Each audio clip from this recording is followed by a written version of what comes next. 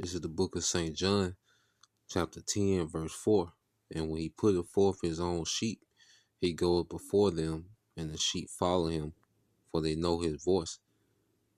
First and foremost, I would like to give all praise, honor, and glory unto Yahweh, Bahashem, YAHAWASHI, Bahashem, Rakakwadash. Double honors unto the apostles and the elders of GMS who rule well, teach well, being great examples towards younger brothers. And peace and blessings and salutation to the hopeful lake out there pushing his word in truth and in sincerity across the four winds. In the name of Yahweh Bashem Al Shai, pushing to get up out of here. Shalom to the hopeful lake, the believers, the listeners whom have came back to the obedience of the scriptures through faith in Yahweh Bashem Al Shai.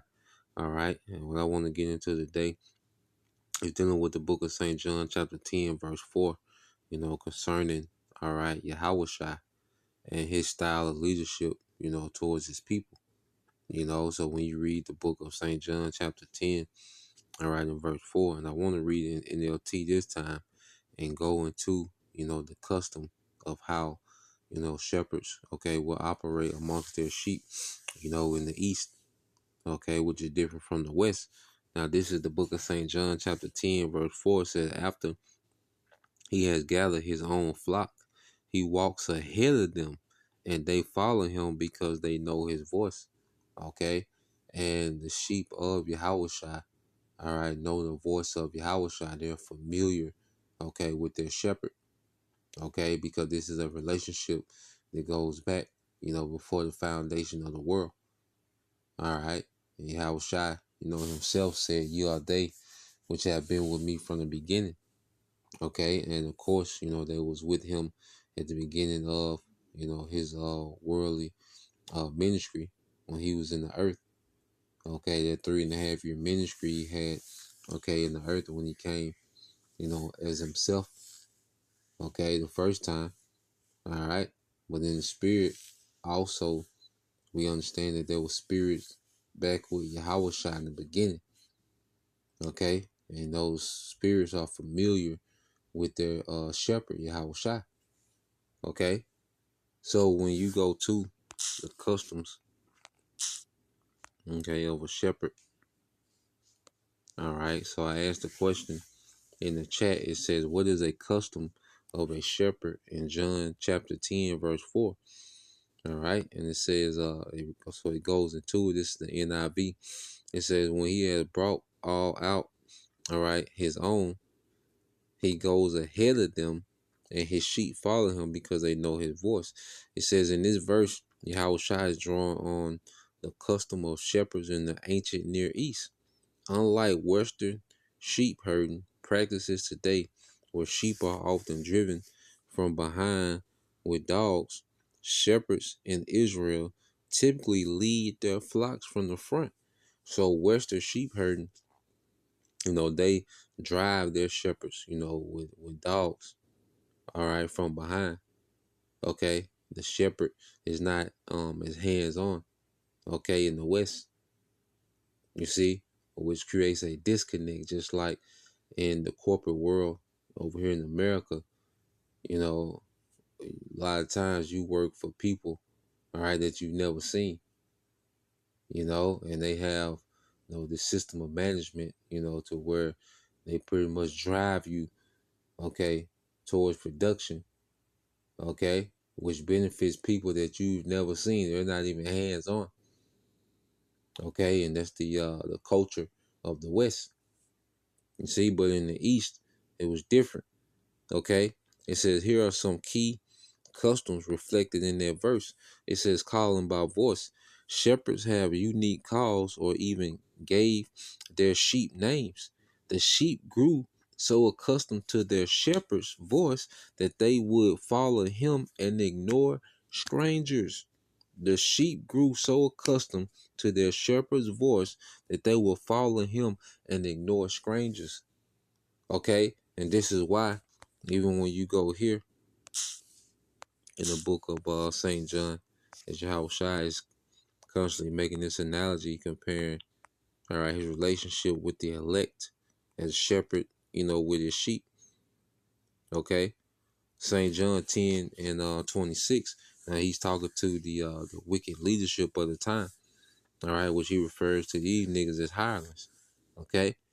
Verse 26 it said, but you believe not, because ye are not of my shepherd, as I said unto you.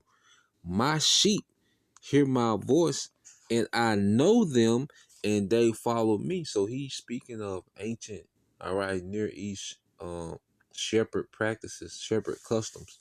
Okay, where the shepherd would name his sheep, and the sheep would be so accustomed to his voice, all right, that when they heard, all right, his voice, they knew it was him.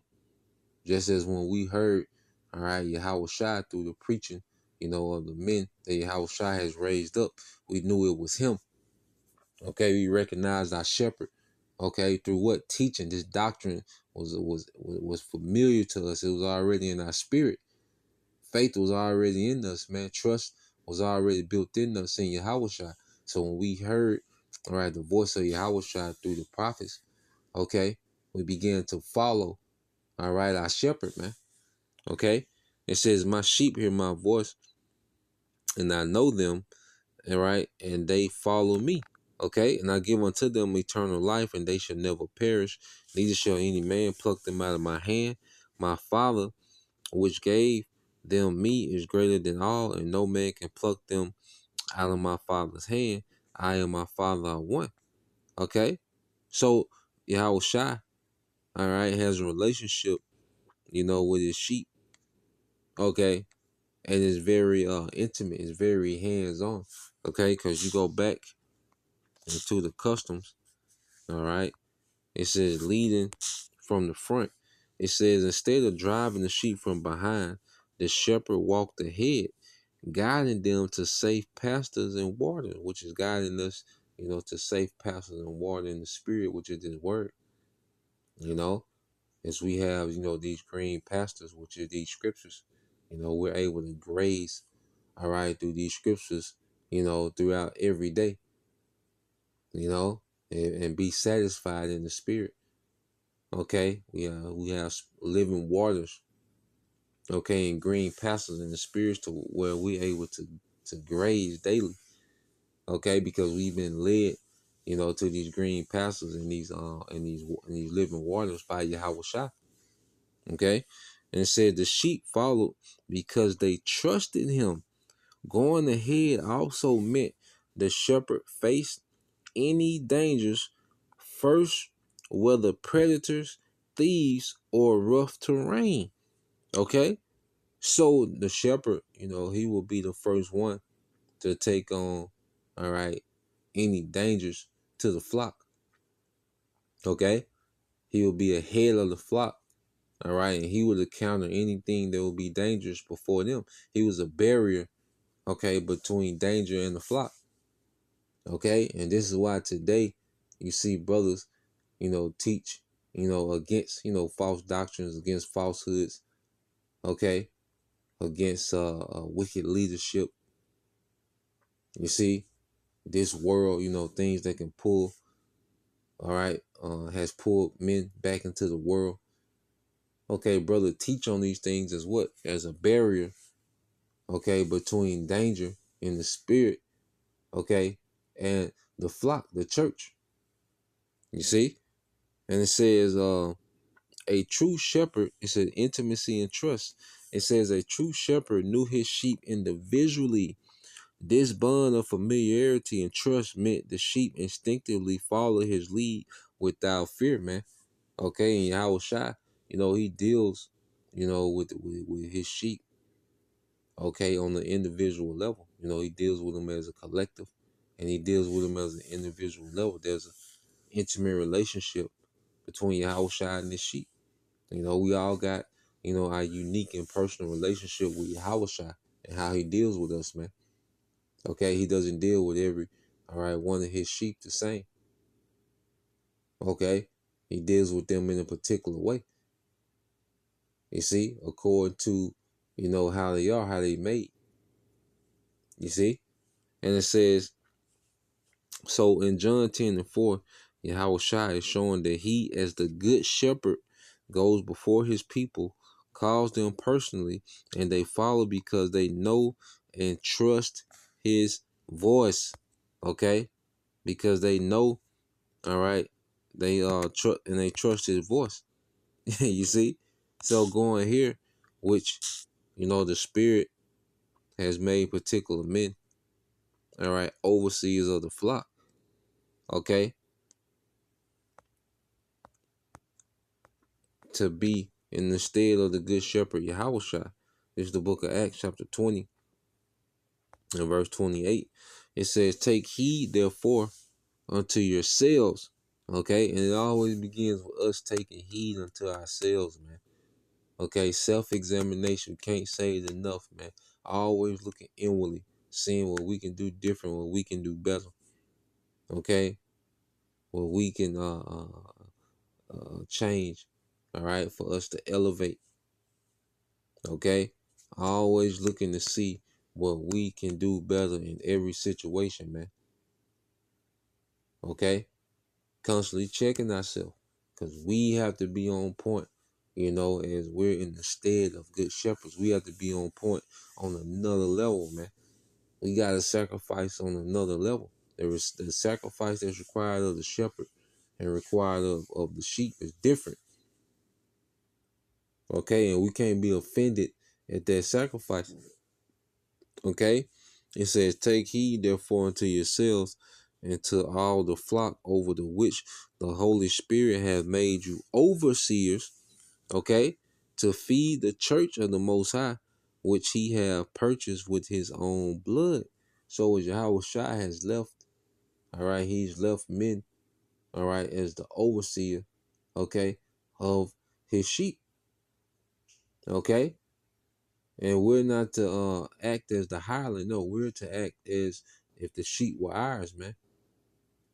Okay, and have a hands-on approach and leading them from the front by what being those examples. Okay, which when you go here, because the Spirit has made particular men overseas. All right, through the ranking system of the church, man. Okay, so you can go here to the book of First Peter, and it expounds on it. So this the book of First Peter chapter 5 and verse 2. It says, "Feed the flock," all right, which Yahweh he demanded. Okay, this wasn't a suggestion he was giving the apostle Peter. Okay, before Yahweh ascended, okay, into the chariot and went back to the Father, well, he demanded, okay, Peter to feed his sheep. Okay, and it says, "Feed the flock of the Most High, which is among you, taking the oversight thereof." All right, their responsibility. Oversight is a responsibility. Okay, it's not a thing to boast in because you have a position, okay, of leadership. No, leadership is a thing of responsibility. Okay, meaning that we're tasked, all right, with being good shepherds, taking on their responsibility, okay, of going before the flock, encountering things, all right, before the flock, and being that barrier for the flock in the spirit. Okay, it said, "Feed the flock of the Most High, which is among you, taking the oversight thereof, not by constraint, but willingly, not for filthy lucre, but of a ready mind." Okay, so we don't do these things, okay, based off of constraint. This thing is we got to be, people shouldn't have to beg us, okay, to fulfill our office, man. It shouldn't be like pulling teeth, getting us to fulfill our office, man. Now, uh, are are there times where it's like, God damn, absolutely. But even in that, we still, all right, should be self-motivated to do what we need to do. Okay? Understanding that the Lord is having mercy on us.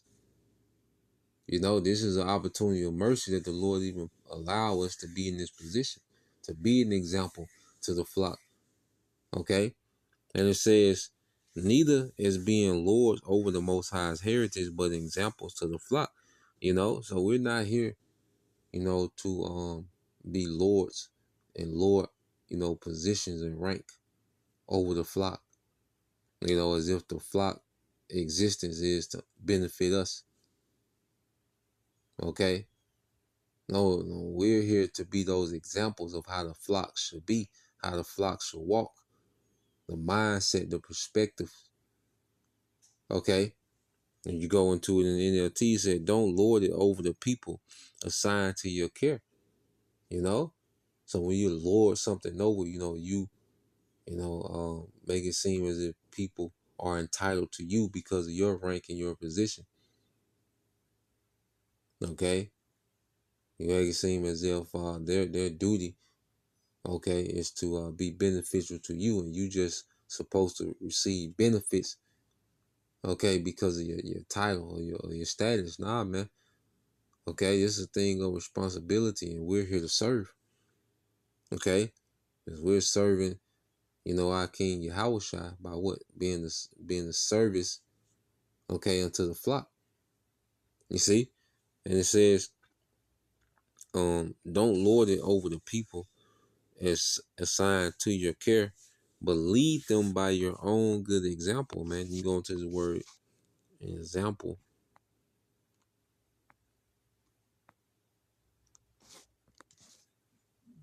All right, which goes into typos.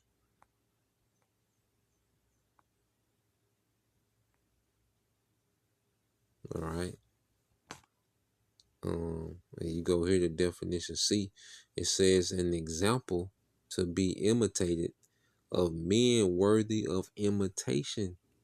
Okay, and we should live, you know, as men worthy to be imitated because we're living according to Yahawashi. You know, so it should be to the point if someone is imitating us, they're imitating, all right, a version of Yahawashi. Okay, just as Apostle Paul said, well, follow me as I follow Yahawashi. Okay, because what the Spirit made Apostle Paul what an overseer. Okay, of the church, man, a shepherd. You see, and this is what we're becoming in the Spirit as young men coming up. You know, as teachers. You know, the Spirit has given each brother, you know, a portion. Okay, to have an oversight. You know, so as there's men, set above us.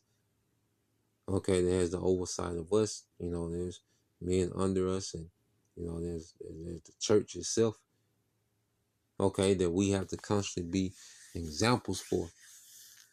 Okay, so yeah, just wanted to tap into that. You know, Lord will, you brothers, all right, and you sisters edify once again. I want to give all praise and glory unto Yahweh, Bahashem, Yahushua, Bahashem, Kakodash, and double honors unto the apostles and the elders of GMS who rule well, teach well, being great examples towards younger brothers, and peace and blessings salutation to the hopeful Shalom.